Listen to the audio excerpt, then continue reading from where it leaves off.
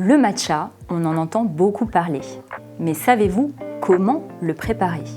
Connaissez-vous les ustensiles à utiliser? Bonjour, je suis Sarah et aujourd'hui nous allons voir comment préparer un bon matcha.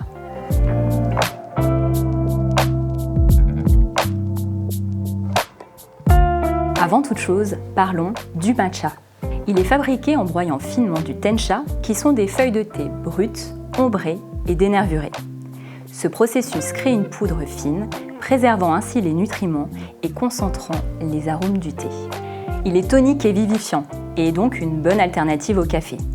Pour préparer votre matcha, il vous faudra du matcha, un chasen, un fouet en bambou, un grand bol ou un bol traditionnel chawan, l'équivalent d'une cuillère à café ou d'une spatule chachaku, ainsi que, pour aller plus loin et éviter les grumeaux, un tamis et un repose chasen pour bien prendre soin de votre fouet.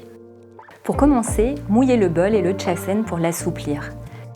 Dosez le matcha, environ 2 chachaku, soit une cuillère à café ou 2 grammes. Ensuite, si possible, tamisez la poudre finement pour éviter les grumeaux.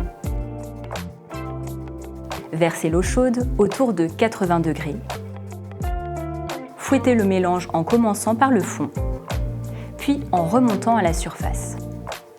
Dessinez des M, terminez en essayant de faire les bulles les plus fines possibles. Retenez que plus la mousse est dense et épaisse, et plus la sensation sera onctueuse en bouche. Puis, rincez le chasen rapidement après utilisation et faites-le sécher la tête en bas.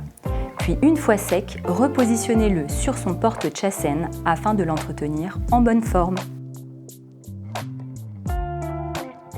Pour une conservation optimale de votre matcha, préservez-le à l'ombre, à l'abri de la lumière et au réfrigérateur grâce à une boîte ou un sachet hermétique. Outre la boisson chaude, le matcha peut aussi devenir un ingrédient très original pour réaliser de délicieux cocktails, plats salés et autres pâtisseries aux saveurs inattendues. N'hésitez pas à poser vos questions en commentaire. À bientôt pour de nouvelles vidéos.